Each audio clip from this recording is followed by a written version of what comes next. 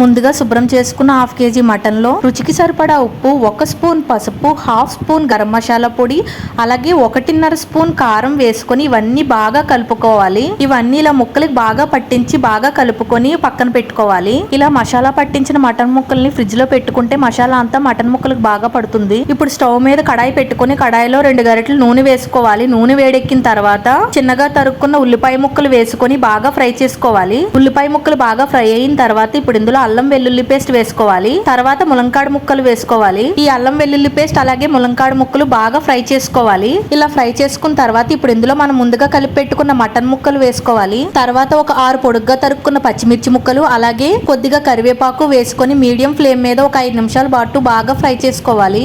ఇలా ఒక 5 నిమిషాల పాటు బాగా ఫ్రై చేసుకున్న తర్వాత ఇప్పుడు ఇందులో తగినన్ని నీళ్లు వేసుకొని ఒకసారి బాగా కలుపుకొని మూత పెట్టి హై ఫ్లేమ్ మీద దగ్గరికి అయ్యేంత వరకు ఉడికించుకోవాలి. మటన్ ములంకాడ కర్రీ ఇలా చేసుకుంటే చాలా అంటే చాలా టేస్టీగా ఉంటుంది. మీరు కూడా ట్రై చేయండి, పిల్లలు కూడా ఇష్టంగా తింటారు. నా ఛానల్ ని ఫస్ట్ టైం ఎవరైతే చూస్తున్నారో సబ్స్క్రైబ్ చేయడం మర్చిపోకండి. మరిన్ని న్యూ అప్డేట్స్ తో మళ్ళీ మీ ముందుకు వచ్చేస్తాను. అంతవరకు నేను మీ దేవి, సైనింగ్ ఆఫ్. By by.